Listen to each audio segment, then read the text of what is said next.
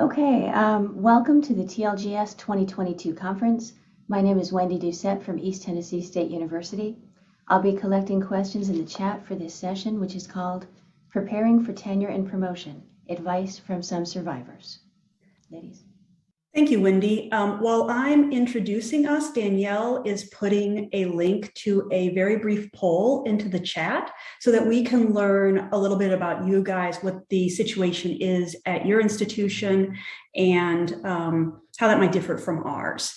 So I'm Rachel McMullin. I'm the Humanities Librarian at Westchester University and currently an associate professor who has my application in for promotion to full. So fingers crossed on that one. Westchester University is a Research 2 institution in Southeast Pennsylvania, and we have about 17,000 students. I'm joined today by my colleague, Danielle Skaggs, who's also an associate professor and is our online and distance learning librarian. So Danielle and I come to you today not with experience just from doing our own tenure and promotion process, but also because we have a lot of service at the university level related to the process. So I am the chair of our departmental tenure evaluation promotion committee and have been for about 7 years. Danielle has been serving as our department chair for the past several years, and she is also the chair of a university-wide committee called the Promotion and Tenure Workshop Committee, which disseminates information about the process to the entire campus. And in addition to that, we developed a new mentoring team approach for our department about 5 years ago and continue to lead that as well. So everything we're talking about today are things from either our own experience or working with other librarians who are working towards tenure and promotion. So next, I'm going to talk a little bit about who we are at Westchester and our process. And this is because we realize that your situation might be very different. You might be permanent status instead of tenure track or something like that. So we want you to know where we are coming from, because as much as we are trying to make this as general and applicable as possible, some of our information or our tips might not hit on target for you because your situation might be different. So at Westchester, we have basically the exact same process as the teaching faculty go through. We have a 5-year clock technically, but you actually turn in your application very early into your 5th year. So it's really 4 years of working time before you have to go up. We do have an evaluation process that happens every year until you do. And when we get to the actual putting together the portfolio at Westchester, we write narratives. So we end up writing about 5 to 6 pages on each of our 3 areas, which are defined as professional responsibilities, scholarship, and service. And we're also expected to include quite a bit of evidence in all areas. And I was actually the one asking Anna about their tracking system because we don't have anything like that. So basically you have to either gather your evidence yourself as you go or get it all together at the end and upload it into our online system. You got to turn everything into a PDF. And then the application winds its way all the way from the department committee to the final decisions are made by the university president. And that takes about 6 months for tenure and about 8 months to get a promotion decision. So Danielle, do we have some responses to our survey coming in? Okay, so we have a lot of people who do more permanent status. We have some tenure people. We have some stuff for mentoring tenure seekers, which is good. We definitely think a lot of what we're talking about today is going to apply there.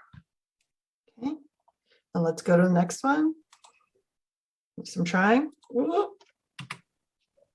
There we go. Oof. Oh, so most of you guys are along with us, got the about 5 years, but some people have a little more. I'm not sure if I don't know if the shorter clock is better or worse, honestly. I'd be curious if anyone who's other could go ahead and put that in the chat. Poll everywhere didn't let us put an other with a blank space for your response. I'm curious to see what that would be. And let's see. All right, and let's go ahead and go to the next one. Trying here, guys. There we go. Okay, so a majority of people writing full narratives. I'm curious what the others are as well. So yeah, if you want to throw that into chat, I'd love to see those. All right.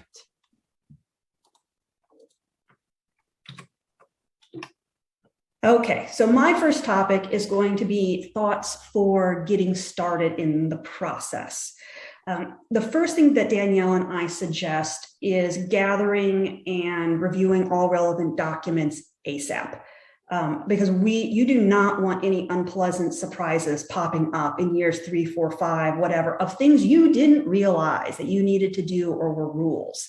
So the number one group of documents is, of course, anything related to the process at your university. So number one is if there's a written tenure and promotion policy, which I sure hope you got one of those, grab that right away and read it. But there might be some other documents. So we actually have a faculty union. So a lot of the rules related to the process are up here in our faculty collective bargaining agreement. You might also have documents that are more on a library level. So we have a document that's called a departmental teacher scholar model that talks in more detail about scholarship, and especially what we as a department of faculty librarians value as scholarship. That can be very informative.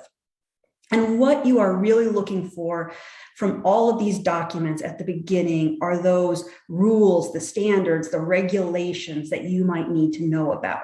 So for instance, at Westchester, we have statutory requirements that include the amount of education you must have. So to get tenured at assistant professor, you need to have a minimum of a master's degree plus an additional 10 graduate credit hours of work completed at the time that you apply. And the amount of education goes up for promotion to associate or full professor. So that's the sort of thing you really need to know immediately if you need to get more graduate credits.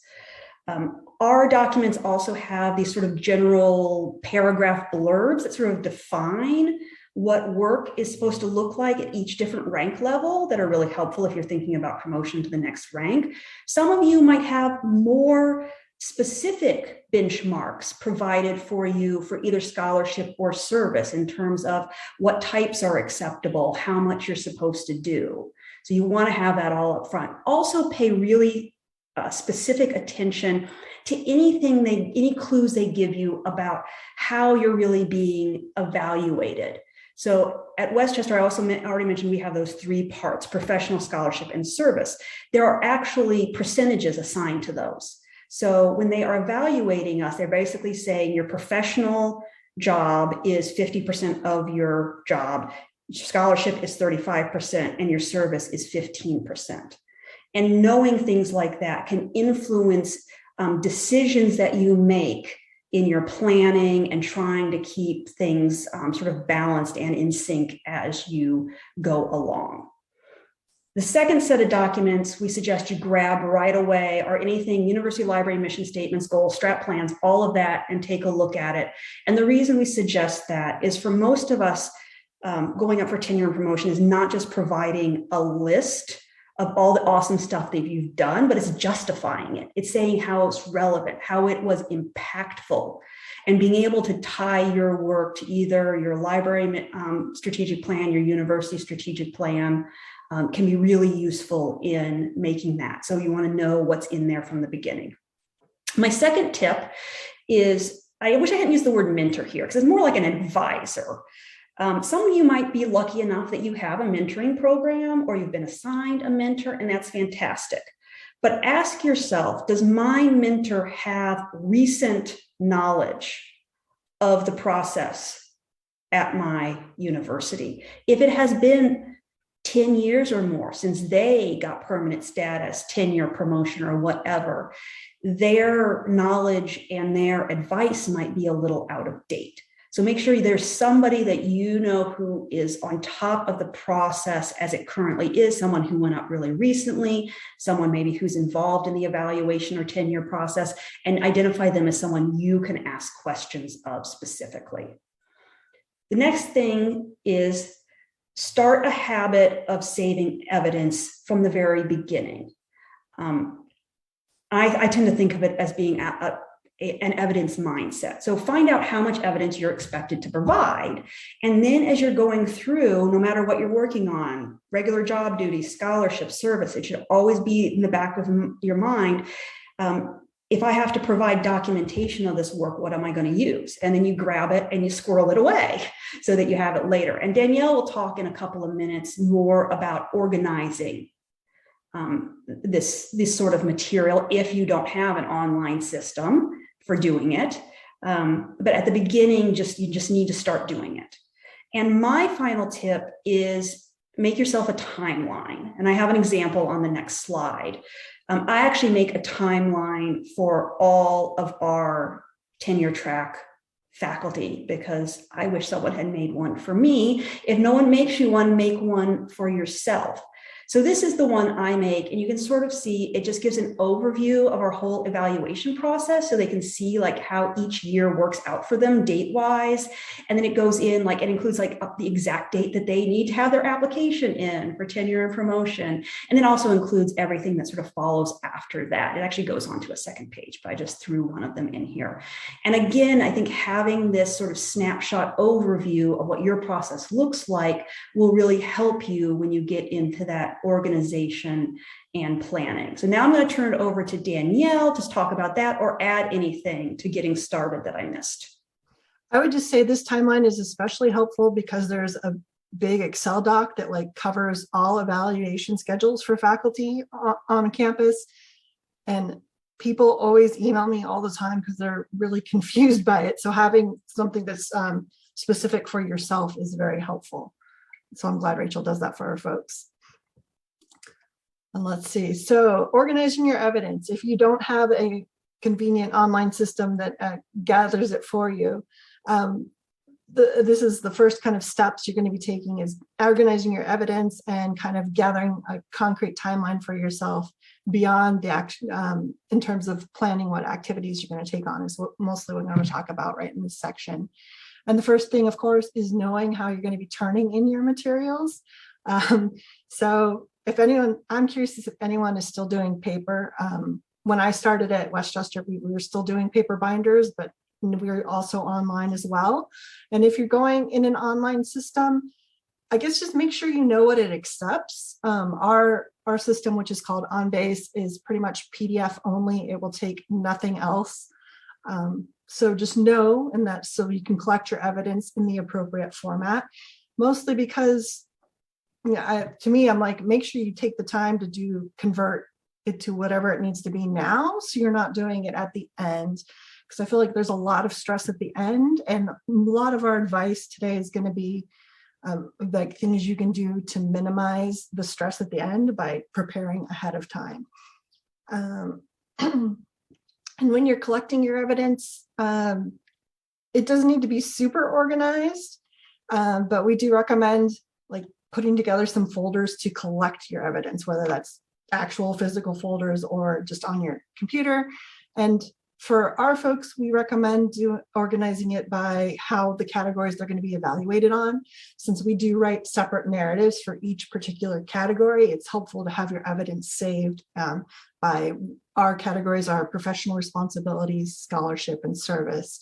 But depending on how your school and your system works, maybe organizing it by year or by theme would also be helpful.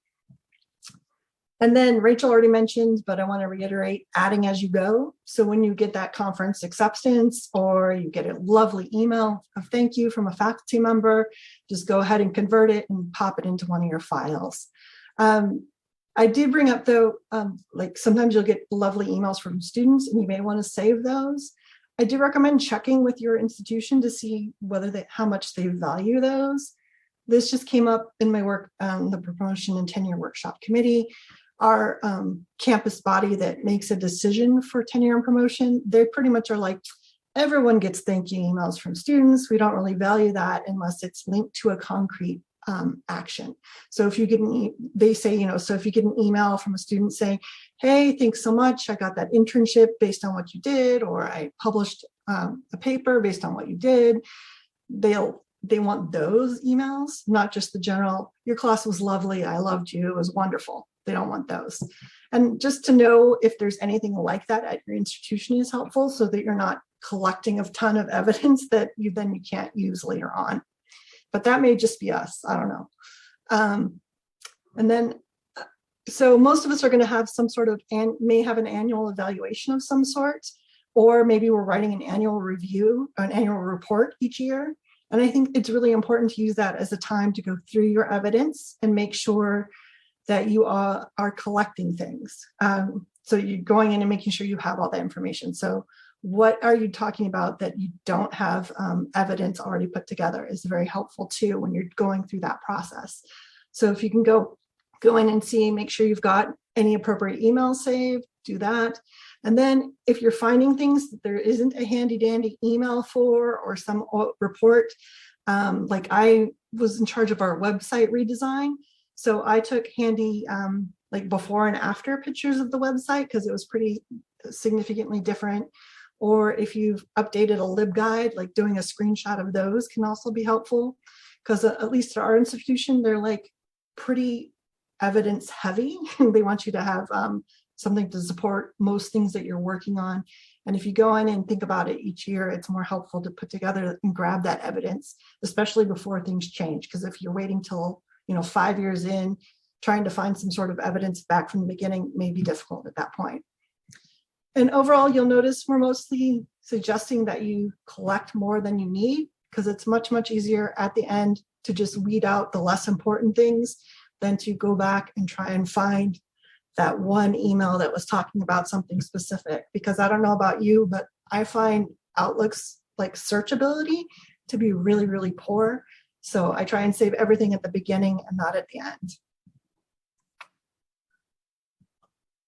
So once you've got your evidence of your accomplishments, like how you're going to be saving those and setting that up, I find it's also helpful to make a plan for what accomplishments you want to get done before you have to put in your application. So what you're going to accomplish during your probationary period or temporary period. So my general advice is to list out your evaluation categories. So again, for us, there's 3. We would list them out, and then set your goals for what you want to accomplish during your probationary period in each of those evaluation categories. So if you have specific targets set by your institution, whether that's the number of papers you need to publish or presentations you need to make, or in our case, if you want to get promoted, you've got to make sure you have enough credits. Usually a second master's is what it basically boils down to. You want to note that and put that in your plan. And then probably on top of that, you want to think, well, what else do you want to have in your portfolio that you can talk about when you're going up for promotion? So that could be specific things you want to do, like you want to serve on a particular university committee, or maybe you want to try and have a presentation every year. So it's very helpful just to kind of go through and plan out, hopefully, what you're going to do. And I think that this is useful for 2 main reasons. Number one, it kind of serves as your compass as you're going through your probationary period. So it makes it really easy. So if you know you want to work on a particular committee or you want to publish in a particular journal, when you see those calls go out, you're already primed and you're like, oh, hey, this is my opportunity. I'm going to jump on it. And I think it just increases your awareness of the opportunities. In addition, it also, and kind of more importantly, knowing what you want to accomplish can kind of quiet that voice in your head that's like, oh, more. I must keep doing more. Because I think it's really easy, because everyone can be really stressed out by tenure. So if you are you have your plan, and maybe you had your mentor or someone looking at it, and if they seem good with your plan and you're working to your plan, it can kind of help you relax a little bit about the process. So that's one of the reasons why I recommend making an initial plan. Of course, an initial plan is just the start, right? So here's my initial plan when I had gotten tenure, taken a year to kind of relax. And then I thought, hey, what do I want to try and do before I apply for full? And this is what I thought. So I've got my 3 categories and my things that I thought I was going to accomplish before I went up for full. which of course, when, you know, it's just an initial plan, things change. It could be changed because a great opportunity may fall into your lap, or things change because, I don't know, I feel like it's the curse of the associate professor. You like have to do all the service you never realized was out there. So I've got a lot of great service, and I still got some professional responsibility stuff that I want to try and accomplish before I go up in a couple of years. So again, it's just the starting point and what you were hoping to get done. And of course, when opportunities fall in your lap, you may change your initial plans or add other things in, but you may also need to adjust your plans based on feedback you're getting as part of an annual process or however often you have an evaluation at your institution. So if your institution has evaluations that include ratings, like we have, ours are like, there's some dire, like does not meet professional standards, and then the more just improvement needed. If you're getting anything in there, those ratings, that's your number one red flag, emergency beacon. You need to improve in whatever area that you're getting that rating. But it's not just those actual ratings that give you clues when you're going to need to adjust your plans going forward. So you may see in whatever narrative of the evaluation you're getting back, it's helpful to look for words like urge, must, need. Those again are very strong words, letting you know that you need to take some action. And we do recommend following that pretty closely. However, you may see words like recommends, we encourage you to, the committee would like to see. These words sound gentle and, you know, less urgent, but however, basically by the time these are showing up in your written evaluation, they're pretty serious, right? Because if I having been on the other side as an evaluator, if I'm just like, hey, maybe you should try this other thing with your teaching.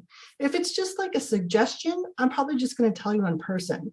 By the time I write something into your evaluation, even though I'm just saying recommends, it's pretty much like, you need to do this. Like that's pretty much when you see this coming down, recommends, encourage, you should use that to kind of adjust your plans that you've got going on to do whatever your committee or your chair or whoever's evaluating you suggests. Danielle, I have one thing to add to the adjusting your plans. I really suggest that somewhere in the range of a year to a year and a half before your application is due, you take your own work and do your own evaluation and say, of these areas that I have to work in, where do I feel I'm the weakest? Yeah. And then you make the final push where you make sure you're putting some extra time and effort. For me, going up for full, that was absolutely 100% my scholarship. I spent almost 2 years making a final push on my scholarship to get it where I needed it to be. Gotcha. And also, I also recommend doing, at least for me, I'm a very visual person, and I'm also a very deadline-driven person. Rachel's much better about just steadily working along. I'm like, woo, there's a deadline, I've got to get this done. So I really liked having a timeline. I initially did this one here on the right, but you can see I did that because I was a spring hire. So I actually almost everyone at Westchester whose faculty is brought in the fall. So all of our deadlines were kind of weird for me. So I made this graph for myself to kind of determine like when my actual years in time kind of correlated to the academic years. And I actually ended up really liking this process. It lets me, and I've continued using it. Here's kind of my current looking forward goals for myself. And I make a timeline, and basically I just include fall, spring, summer, for each year. And then I kind of note the big things that are going on, like which conferences I'm going to, which ones I'm presenting at, what service or scholarship work that I'm doing in each time. And it kind of like gives me that high level overview of what I'm accomplishing that I find really helpful. And I've also got down there, you can see I've got apply for promotion year one.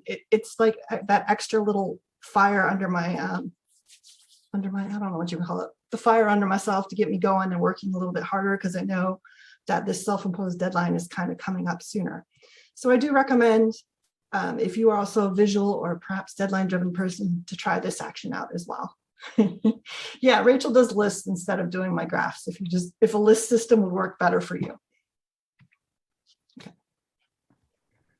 Okay, and now I get to talk about what I absolutely think is the hardest part of being, we're faculty librarians, of being a faculty librarian or having these multiple parts to your job, which is keeping them in balance, managing to have a life, and as Wendy talked about, hopefully staying out of the hospital. And one of the things I want to be upfront about, I'm bringing back this idea of paying attention closely at the beginning to how you're evaluated. And what my image here is the Westchester pie, divided up with our division between professional scholarship and service. And to keep really aware of this as you're thinking about your balance. And the single most important thing I want to suggest people avoid, what you don't want to do is you don't want to overperform in one area and then end up as a result underperforming in another area of your job. Because our experience is you get very little extra credit in the area where you have overperformed. But if you underperform even a little bit in an area, it is noticed and it hurts you. So that's what you constantly need to think about. Okay, so let's move on first to the professional.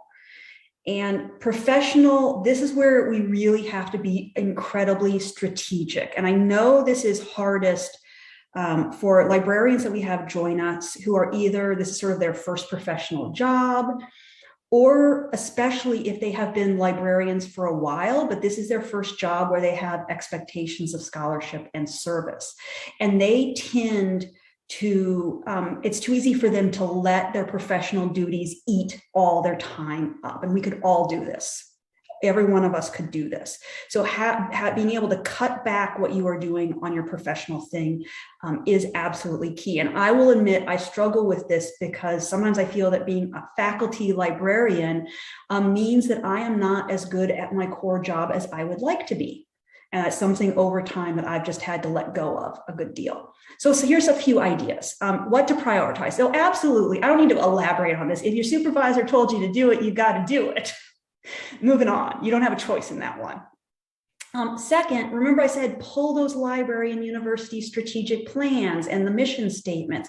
So think about work that you could be doing that would tie in well, and maybe give it a higher priority, give it a little bit more of your time so that when you get to that point of writing it up, you can make those awesome connections. So for me, our university strategic plan is completely centered around student success. So I darn well made sure that when I was writing my narratives, I was talking about my job responsibilities and how I felt they contributed to student success. So all of you can be doing certain things as well. And this isn't so much just like I do this or I don't do this. It's I spend more time on this. This makes it to the top of the list sort of thing.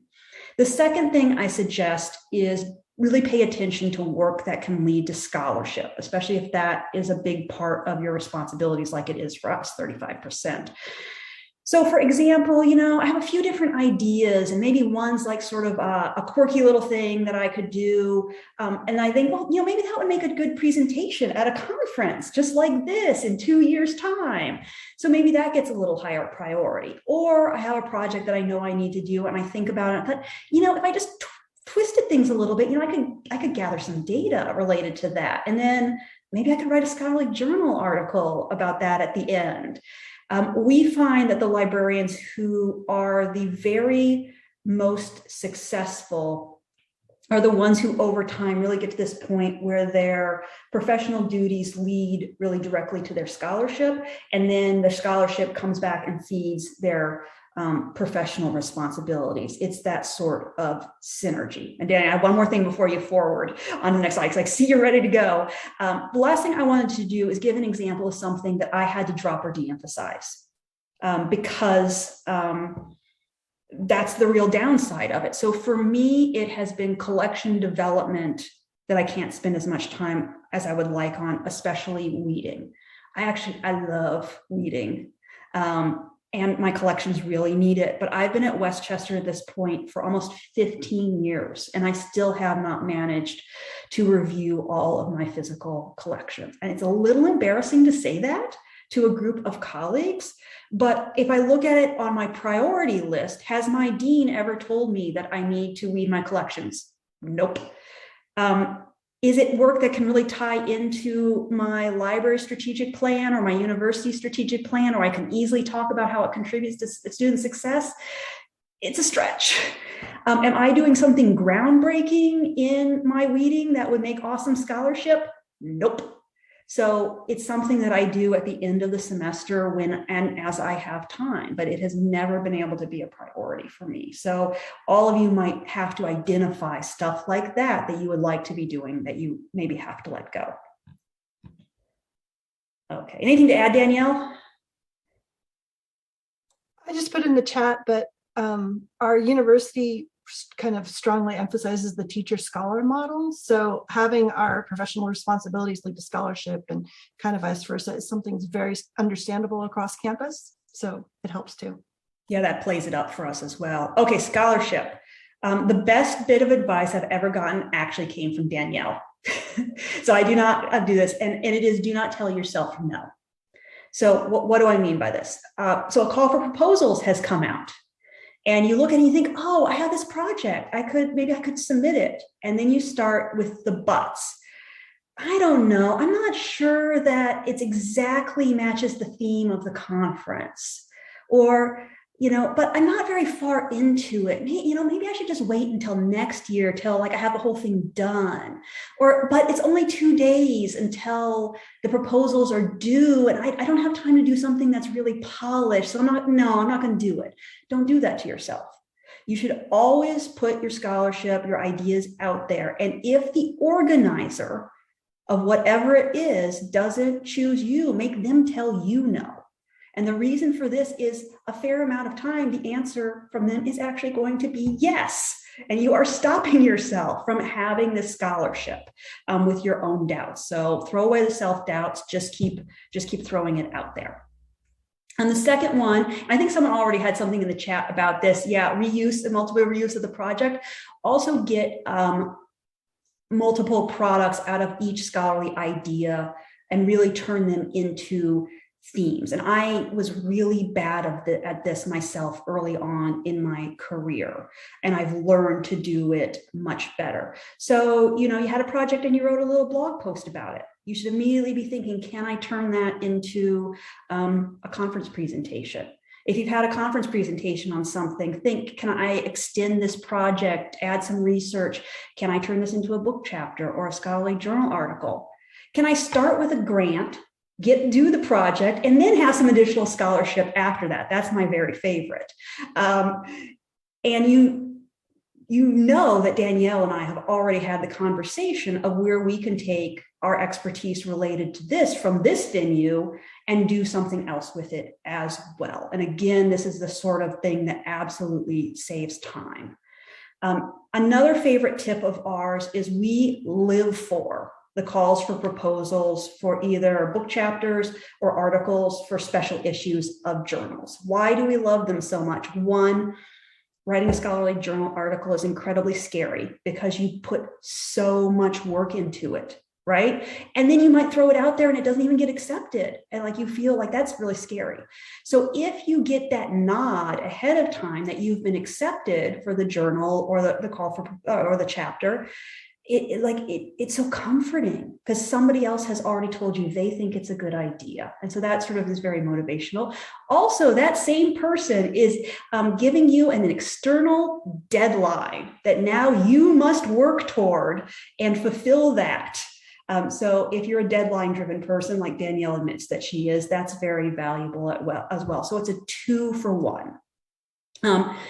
Now, for the last thing I want to talk about for scholarship, and this is actually something, this idea of figuring out what works for you and being self-aware, something that I talk to all of our tenure trackers about a lot, but a couple of ways it applies to scholarship. One is format. Now, there might be some of you who are at places that are highly prescriptive, that actually say, like, no, you must have scholarly journal articles, or you must have X many presentations. But if not, that's not the case. Really think about what works for you as a scholar in terms of format. If you are somebody who really gets super stressed out giving a presentation, do you have to give a presentation? Can you do online posters, or do some writing, or do something else?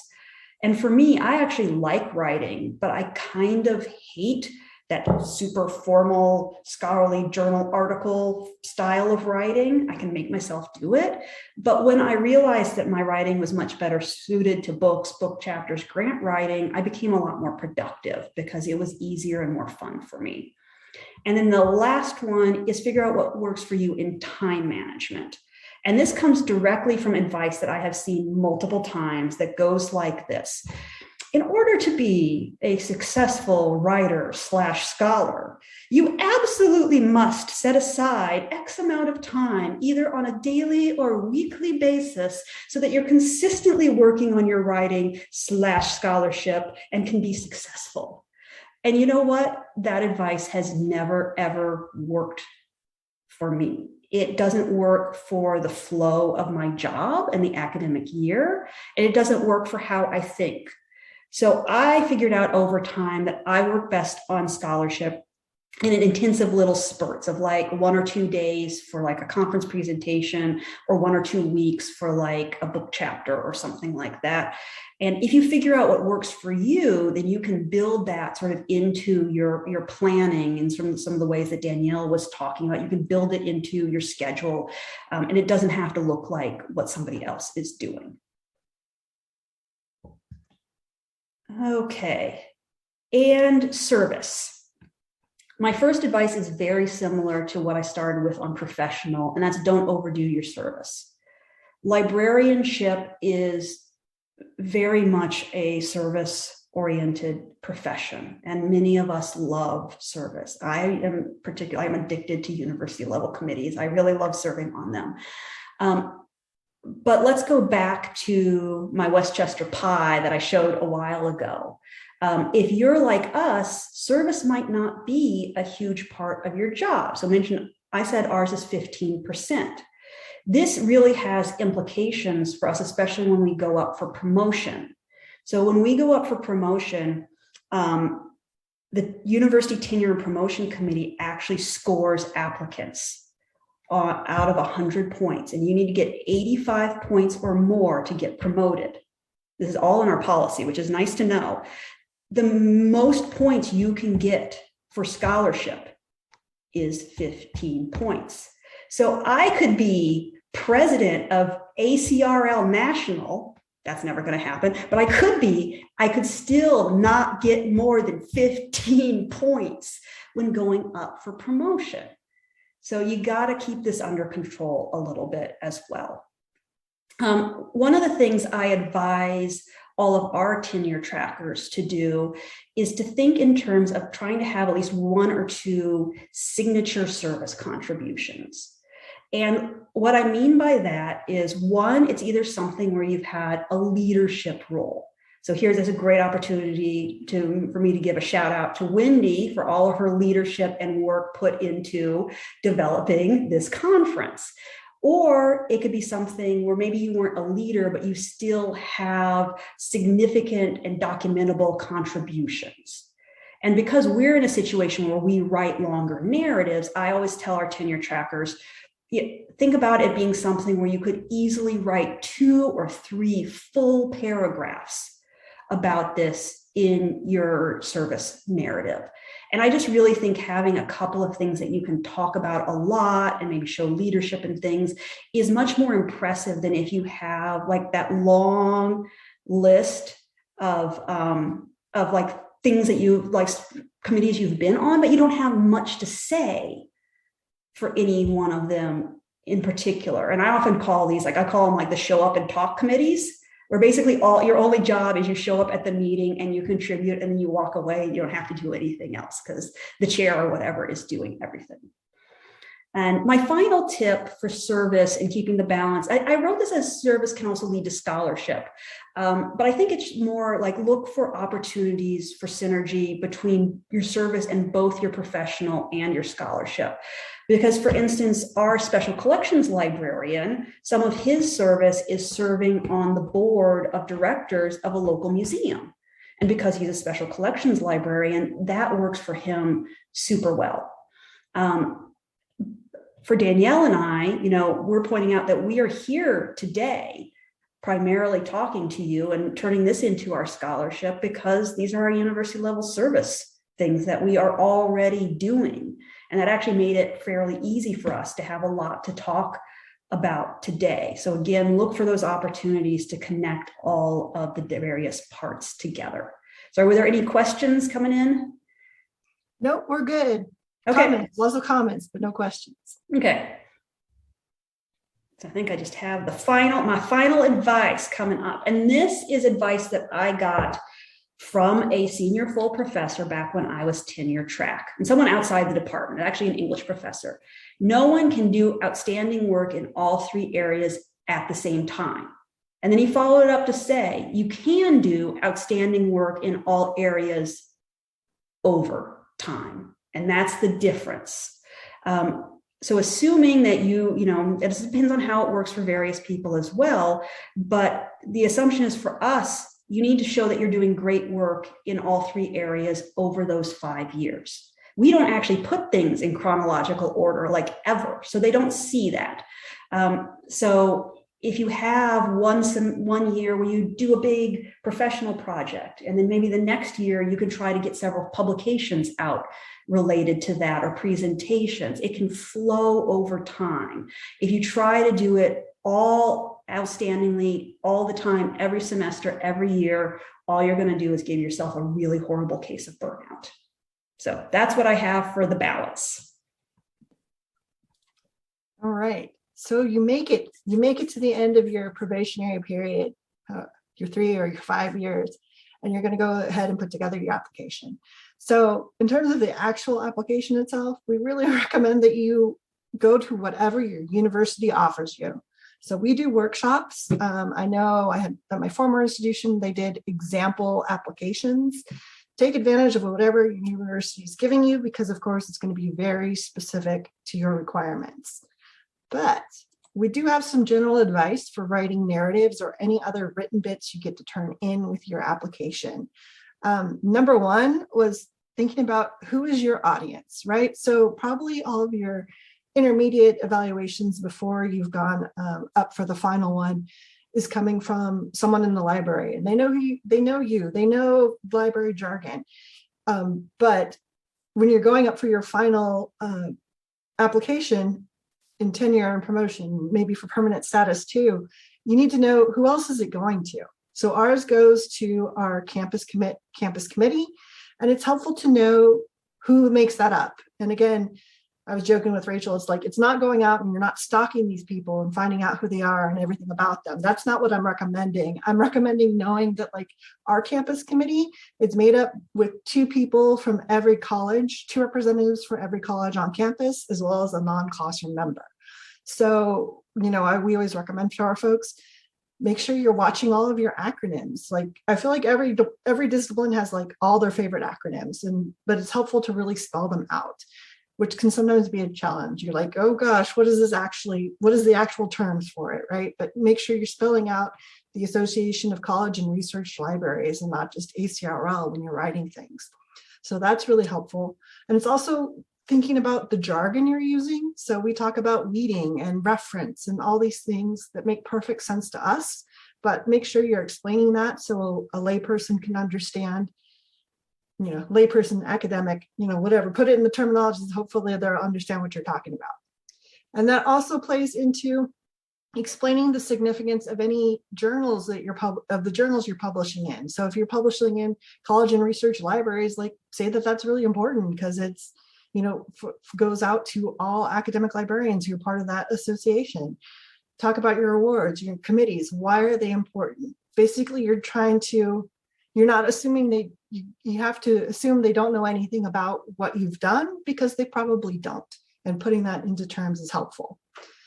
And again, we talked about at the beginning, select all the evidence or collect all the evidence you have. When you're going to the final bit and you're writing about it in your narratives, you're going to want to make sure you're just hitting the high points, right? You don't want to spend all your time listing things, because that's what the evidence is for and that's what your CV is for.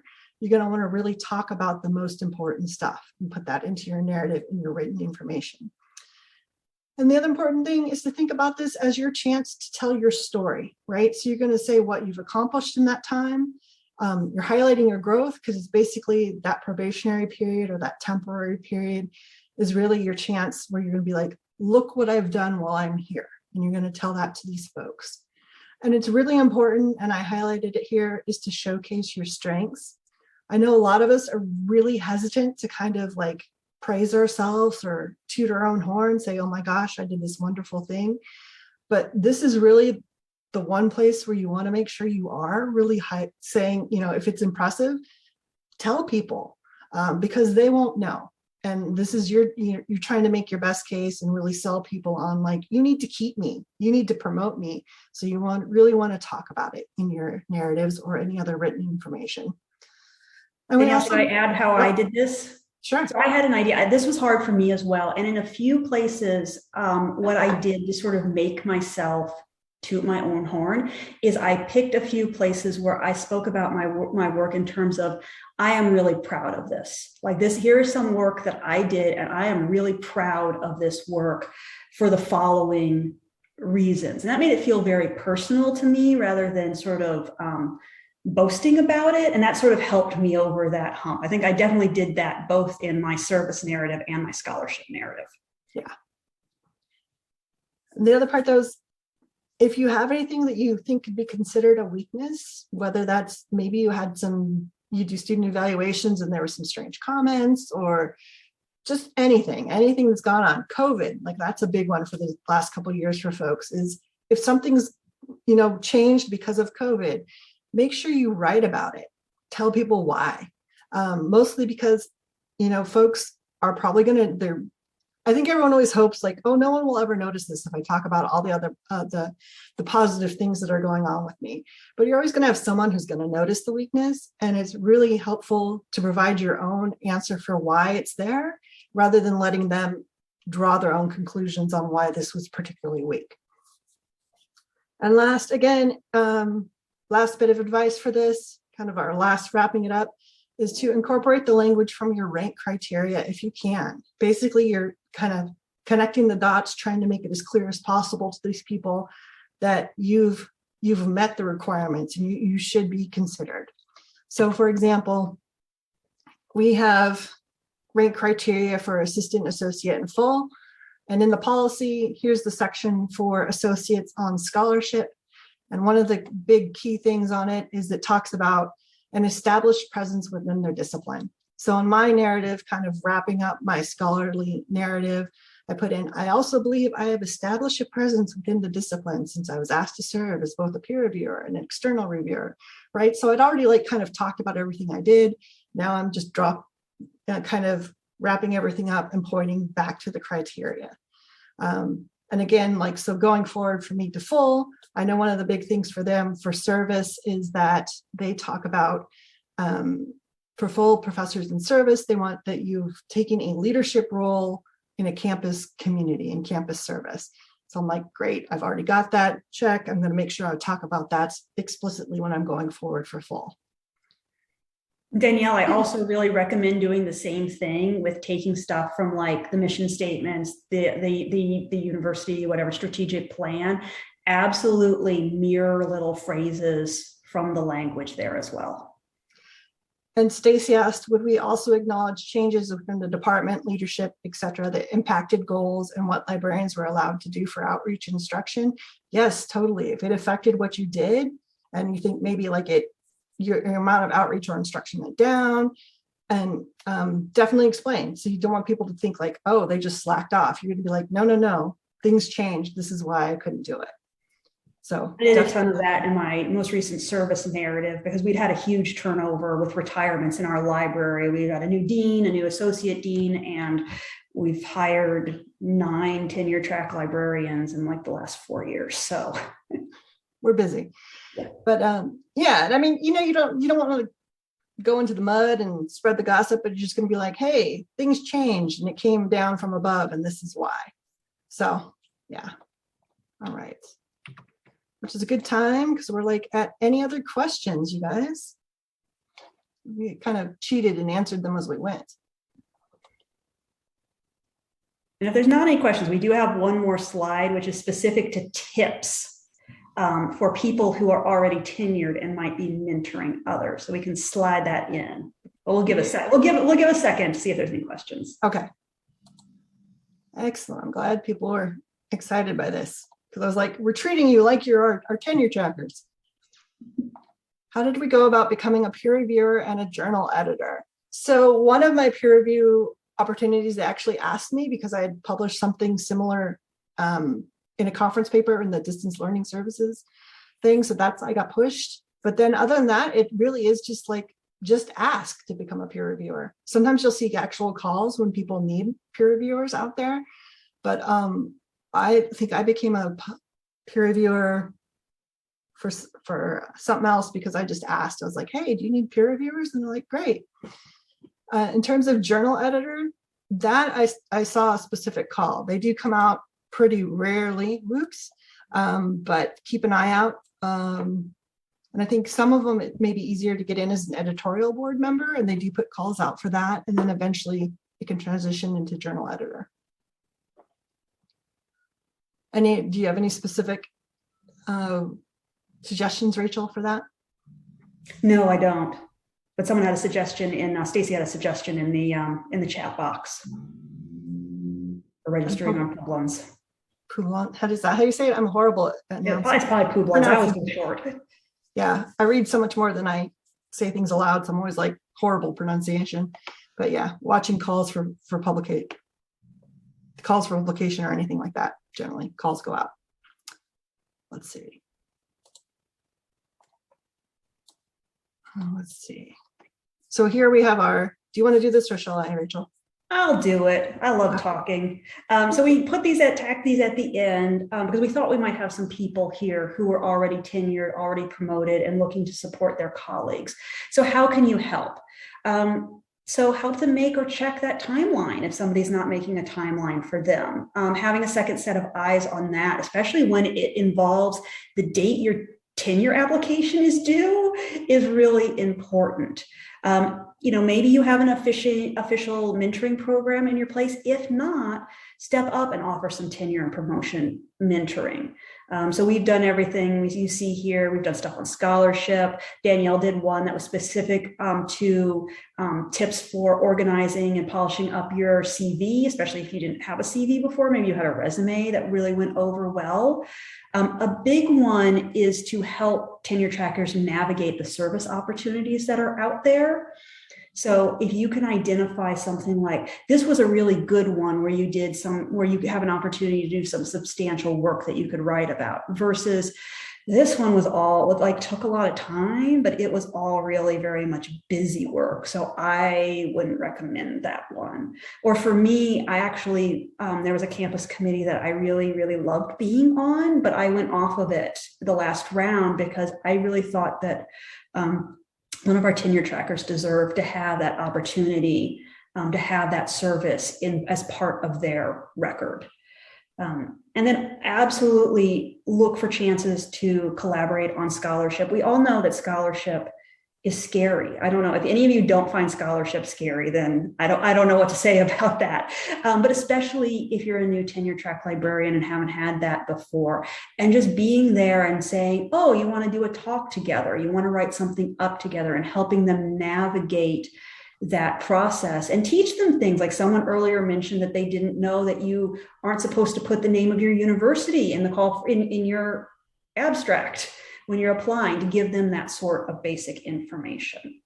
A big one we've done is developing this culture of appreciation in emails, because we realized how much work we do as librarians that is within our own library, and that doesn't necessarily create a lot of evidence, like documents or something. And so Danielle and I really try to be aware that if someone shares work that they have done, that we send an email that's not just, hey, thanks, but hey, thank you for this. It's really valuable to me because it helps me it impacts my work in this way or that way. So sort of if they need something for evidence, they could always pull that out and say, look, this was impactful. It helped my colleagues do their own jobs. And then the final biggie, offer to review the final application materials. I asked 2 fellow librarians to review my narratives, one to read them for like general concepts and things, and another one who was one of those like really good at editing people to like actually line edit it and really make sure it was cleaned up and as perfect as possible, just in case there was an English professor on the main university committee. I wouldn't have all sorts of punctuation errors and stuff. Yeah, I think for me, the culture of appreciation and thanks emails has been really great to implement. Like I've even done it to start sending it to some of our staff people, like our tech guy. We switched to having a doc at the reference desk instead of all logging onto the same computer. And, so I'm like, I emailed him and put that in. But then of course I also like chatted because I'm like, hey, you got this really stilted email, because I wanted it to be something you could show to someone else. And like my normal emails where I'm like, woo, that's great. I love it. Wonderful. So I try and put in some more formal emails for people so they're not embarrassed to share them with them. This idea came because I have a couple of English faculty who, especially when I was tenure track, did a very good job of every email they wrote to me could be used as evidence for tenure and promotion, because they would always be like, thank you so much for your past work, and here's the new project, and I know that your contribution will be awesome to it. And it was always really nice to get those emails. So now I try to send those emails. Yeah. All right, you guys, thanks for everyone who stuck it out with us to the very end. Thursday afternoon. Woohoo. It was a pile of tremendously helpful advice. And, for me, it's 2 things. It's marketing and assessment, 2 things that I hate, but you need to do both of those things and put them in that packet. Yep. And Anna, we were so impressed with how many sessions you do. We do like 4 a year for our folks. So that was a lot. We were impressed. Thank you, everyone.